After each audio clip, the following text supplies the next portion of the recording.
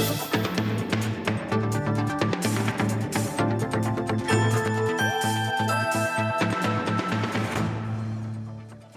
के बाद एक बार फिर से आपका स्वागत है। आप देख रहे हैं टैक्स गुरु और आपके सवालों का जवाब दे रहे हैं। हमारे साथ हैं जाने माने टैक्स एक्सपर्ट शरद कोहली साहब। कोहली साहब वैसे तो बड़े बुजुर्ग कई सारे सवाल पूछते रहते हैं, लेकिन मैं सोचा इस पर क्यों नहीं बच्चों से जुड़ा सवाल लिया जाए, क्योंकि कई लोगों का कहना है कि उनके पास इनकम टैक्स विभाग का नोटिस आया है, लेकिन ये नोटिस जो है उनके बच्चे के नाम पर है। ऐसा कैसे संभव है?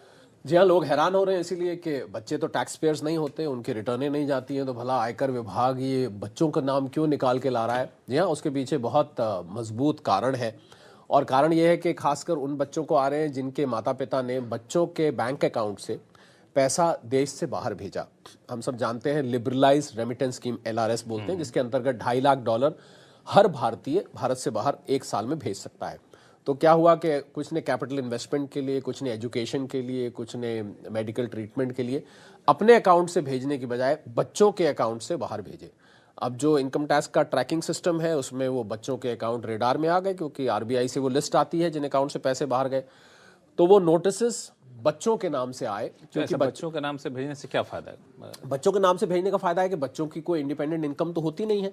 तो भाई अगर मान लीजिए $2 लाख बच्चे के अकाउंट से जा रहा है, तो लाजमी बात है आपके मन में सवाल उठेगा, भाई ये पैसा बच्चे का तो है नहीं, तो उनके माता पिता का है, बच्चों की जिम्मेवारी तो माता पिता की है। तो माता पिता को लक्ष्य रखते हुए नोटिस भेजे गए हैं, है बच्चे के नाम से, क्योंकि बैंक अकाउंट बच्चे के नाम के था। और मैं समझता हूं लक्ष्मण कि ये माता पिता को इस बात का ध्यान रखना चाहिए, क्योंकि सीधा उनके ऊपर ये बात आती है। और अगर आप बच्चे के अकाउंट से मान लीजिए भेज रहे हैं जानबूझ के, और किसी के मन में थोड़ी सी शरारत भी है कि वो उसको नहीं दिखाना चाहते, ऐसा संभव है नहीं। तो ऐसा संभव नहीं है, क्योंकि आपको जो शेड्यूल FA होता है इनकम टैक्स रिटर्न में, फॉरेन एसेट्स वाला, उसमें अगर आप नहीं दिखाते तो 10 लाख रुपए तक की पेनल्टी भी है। अगर आप 10 लाख रुपए तक की ब्लैक मनी लॉ के अंडर पेनल्टी है। तो मुझे लग रहा है बच्चों को शील्ड बना के, बच्चों की आड़ बना के माता पिता को मैं ये सलाह देना चाहूंगा कि आप अगर बच्चों के अकाउंट से भेज रहे, कोई हर्ज नहीं है भेजने में, पर उसको आप अपने अकाउंट्स में, माता या पिता के अकाउंट में उसको रिफ्लेक्ट करें, बिल्कुल रिफ्लेक्ट करें। 18 साल से कम उम्र के हम सब जानते हैं बच्चों के।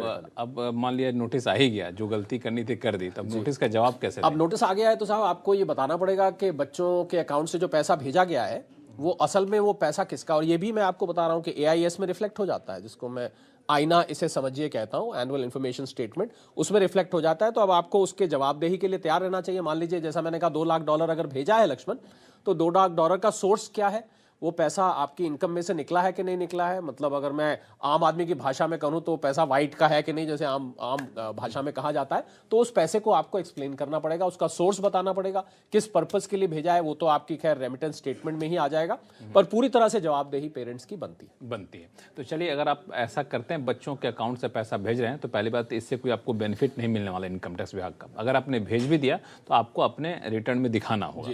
और अब चूंकि नोटिस आ गया तो नोटिस का जवाब कैसे दें, कोहली साहब ने बता दिया। फिर भी कोई कंफ्यूजन हो तो आप हमें लिखिएगा, हम और कंफ्यूजन को विस्तार से दूर करेंगे।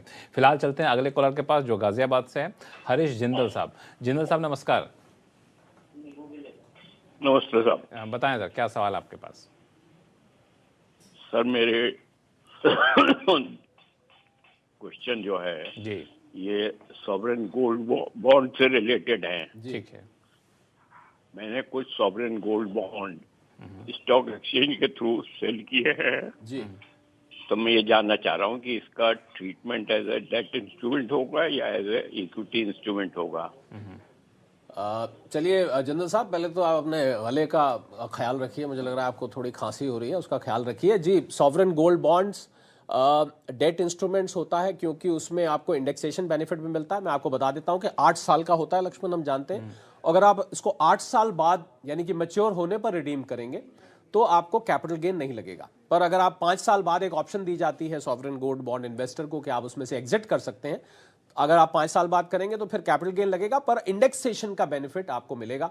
तो अगर मैं कुल मिला के आपके सवाल का सीधा जवाब दूं तो इसको आप डेट इंस्ट्रूमेंट की तरह ट्रीट करेंगे। हालांकि डेट इंस्ट्रूमेंट आपको पता है अब अगले साल से उस पे इंडेक्सेशन का बेनिफिट हट चुका है, पर हाँ सैद्धांतिक रूप से वो आप उस पे ले सकते हैं। 5 साल से ऊपर अगर आप बेच के एग्जिट कर रहे हैं या जब भी आप एग्जिट कर रहे हैं तो आप इंडेक्सेशन का बेनिफिट डेट इंस्ट्रूमेंट की तरह लेंगे। 8 साल बाद नहीं होगा, पूरी तरह से कैपिटल गेन एग्जेम्प्ट होगा। जो ब्याज आता है 2.5%, वो हर साल आपको इनकम फ्रॉम अदर सोर्सेज में दिखाना होगा। हरीश जी, चलिए हरीश जी, आपके सवालों का जवाब मिल गया ऐसा उम्मीद करूं मैं। सर मैंने बॉन्ड मार्केट से खरीदे हैं और वो मैच्योरिटी तक मैं रखता हूँ, जी तो उस पर क्या कैपिटल गेन लगेगा या नहीं लगेगा? जी नहीं, अगर आप मैच्योरिटी तक हरीश जी रखते हैं तो उस पर नहीं लगेगा। यही मैं आपको कहना चाह रहा था कि अगर आप मैच्योरिटी के बाद उसको एनकैश करेंगे तो आपके ऊपर कैपिटल गेन नहीं लगेगा। आपके लिए ये खुशखबरी है। ठीक है हरीश जी, दुविधा दूर हो गई। मैंने कहा चाहे वो इनिशियल अलॉटमेंट में गवर्नमेंट के थ्रू लिए हाँ हों, जी, उससे फर्क नहीं चाहे मार्केट से परचेज किए जी हों, जी जी, उससे फर्क नहीं पड़ता। अगर मैच्योरिटी आपके हाथ में होती है तो नहीं लगेगी। हरीश जी लगता है बहुत रिसर्च किए हुए, जी इसलिए इतने बिल्कुल सारे बिल्कुल, सवाल वो पूछ पूरी रहे हैं। तरह बहुत से अच्छी बात है, कोई रिसर्च निश्चिंत करके होना चाहते हैं। हाँ, पूरी तरह से निश्चिंत होना चाहते हैं। उम्मीद करता हूँ कि कोहली साहब का जो जवाब है आपको पूरी तरह संतुष्ट कर दिया होगा। फिर भी कोई कन्फ्यूजन हो तो आप हमसे संपर्क करिएगा। चलते हैं अब जयपुर, जहाँ से गोविंद सिंह गहलोत साहब का सवाल आया है। इन्होंने दरअसल ईमेल भेजा है और ईमेल में ये कहना चाहते हैं कि इनकी 2 बेटियाँ हैं और दोनों बेटियाँ यूएस सिटीजन हैं और ये पेरेंट्स अपना जाते रहते हैं यूएस बार बार। यूएस जाने के लिए करीब 6 महीने की फॉरेन ट्रेवल इंश्योरेंस लेते हैं और जिसका कुल खर्च इनको 50,000 रुपये बनता है। और सीनियर सिटीजन के लिए खर्च 80C में शामिल है या इनकम टैक्स एक्ट 61 में इसके लिए अलग प्रावधान, ये जानना चाहते हैं। बदकिस्मती से लक्ष्मण, ट्रैवल इंश्योरेंस के लिए कहीं कोई ऐसा सेक्शन नहीं दिया हुआ है। तो बेटियां हैं दोनों, उनके लिए ट्रैवल करिए, आप जरूर जाइए उनसे मिलने।